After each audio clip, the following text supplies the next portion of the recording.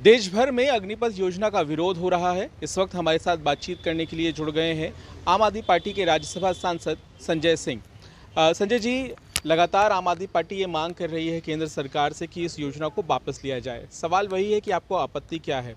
वहीं दूसरी तरफ देखा जाए तो केंद्र सरकार ने तो बाकायदा नोटिफिकेशन भी जारी कर दिया है। उन्होंने बताया कि किस तरह से ये भर्ती होगी, इसका रूप क्या होगा, और सरकार ने ये स्पष्ट कर दिया है कि ये योजना किसी भी तरह से वापस नहीं ली जाएगी। देखिए, अब तो मेरे ख्याल से कुछ भी छिपा नहीं है। सरकार के केंद्रीय मंत्री किशन रेड्डी का बयान आ चुका है। सरकार के पार्टी से जुड़े हुए, भारतीय जनता पार्टी से जुड़े हुए उनके राष्ट्रीय महासचिव कैलाश विजयवर्गीय का बयान आ चुका है। और जो बात मैं पहले कह रहा था वही बात ये लोग दोहरा रहे हैं। ये कह रहे हैं अग्निवीर धोबी तैयार करेंगे, अग्निवीर नाई तैयार करेंगे, अग्निवीर ड्राइवर तैयार करेंगे, अग्निवीर इलेक्ट्रीशियन तैयार करेंगे, अग्निवीर सफाई कर्मी तैयार करेंगे। तो ये भारत की सुरक्षा के लिए सेना बनी है या धोबी अग्निवीर तैयार करने के लिए बनी है? अग्निवीर धोबी बनाने के लिए तुम ये भर्ती कर रहे हो क्या 4 साल की? कि वो धोबी बनेंगे, नाई बनेंगे, ड्राइवर बनेंगे, इलेक्ट्रीशियन बनेंगे, सफाई कर्मी बनेंगे, इसलिए आपने ये बनाया है। और क्या कह रहा है कैलाश विजयवर्गीय? कह रहा बीजेपी के दफ्तर में हम गार्ड रख लेंगे।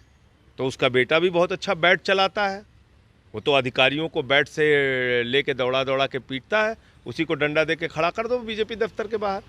मैं फिर दोहरा रहा हूं, नरेंद्र मोदी जी की सरकार ने और भारतीय जनता पार्टी ने भारत माता के साथ गद्दारी करने का काम किया। ये फैसला लेके भारत की सेना के साथ गद्दारी करने का काम किया है, भारत की सुरक्षा के साथ खिलवाड़ करने का काम किया।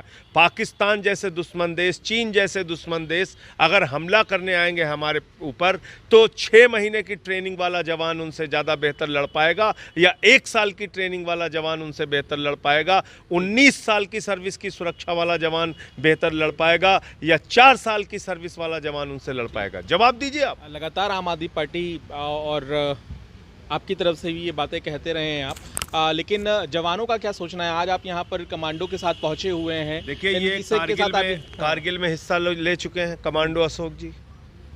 साउथ अफ्रीका की शांति सेना में शामिल हो चुके हैं। जब संसद पे हमला हुआ, जब पंजाब के बॉर्डर पे उस वक्त सेना को तैनात करना था, उसमें तैनात रह चुके हैं। ये आपको ज़्यादा बेहतर बता पाएंगे, इन्हीं से पूछिए। क्या नाम है आपका? जी, मेरा नाम कमांडो अशोक है और 4 राजपूत रेजिमेंट में मैंने 17 साल जॉब की।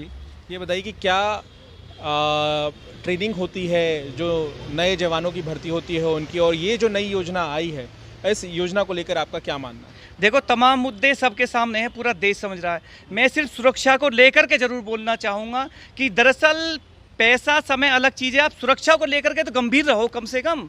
यदि ये कह रहे हैं कि 4 साल के लिए जवान आएगा और वो 6 महीने की ट्रेनिंग करेगा, 6 महीने के बाद में फिर उसको बटालियन भेज दिया जाएगा। अब आप मोटा मोटा कैलकुलेशन करिए कि एक जवान का जो 4 साल के लिए जा रहा है, 6 महीने तो उसका निकल गया ट्रेनिंग के लिए, और आप 3 महीने की जैसे छुट्टी मिलती है आर्मी के अंदर, तो कैलकुलेशन करोगे लगभग 1 साल उसमें कट जाता है। तो आपसे 1.5 साल काट करके लगभग 2.5 साल वो फौज में कर क्या लेगा और सीख क्या लेगा? खुद मैं 17 साल फौज में रहा हूँ। फौज की ये मेंटलिटी है, ये सोच है कि अंडर 5 वाले जितने भी जवान होते हैं उन्हें इंपॉर्टेंट जगह, महत्वपूर्ण जगह भेजा नहीं जाता, ना ही कोई महत्वपूर्ण उनको वर्क दिया जाता है, ना ही महत्वपूर्ण उनको किसी ऑपरेशन में भेजा जाता है, क्योंकि वहाँ पे ये कहा जाता है कि ये लोग वेपन जरूर सीख कर आएँ, ट्रेनिंग जरूर करके आएँ, लेकिन इनको ग्राउंड का नॉलेज नहीं है। ग्राउंड का नॉलेज आपको तब मिलता है जब आप जमीन पे काम करते हो। तो अंडर 5 वाले को कभी इस तरह से महत्वपूर्ण जगह भेजा नहीं जाता। ये क्या विचार बना रखा है, क्या सोच है, क्या योजना है? दूसरा सवाल ये भी है कि वो तमाम अभ्यर्थी जो ट्रेनिंग कर रहे हैं, जो एग्ज़ाम की तैयारी कर रहे हैं, जो रोज़ सुबह उठकर दौड़ लगाने के लिए जाते हैं, फिजिकल टेस्ट पास करने के लिए,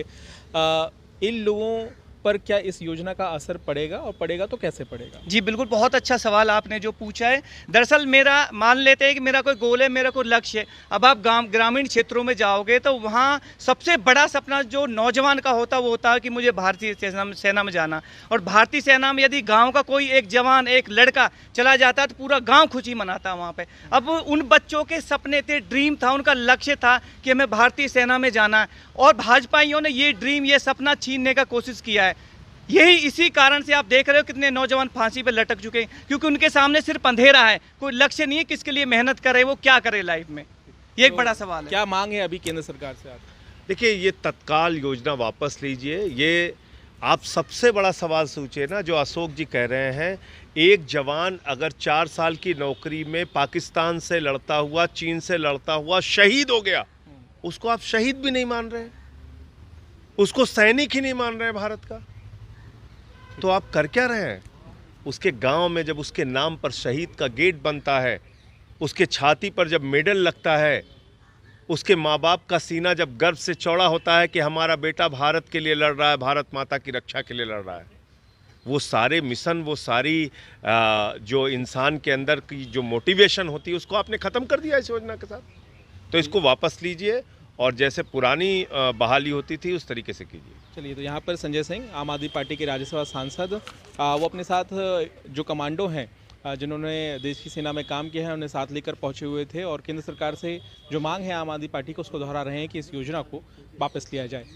कैमरामैन अंकित खंडेलवाल के साथ पंकज जैन, दिल्ली, आज तक।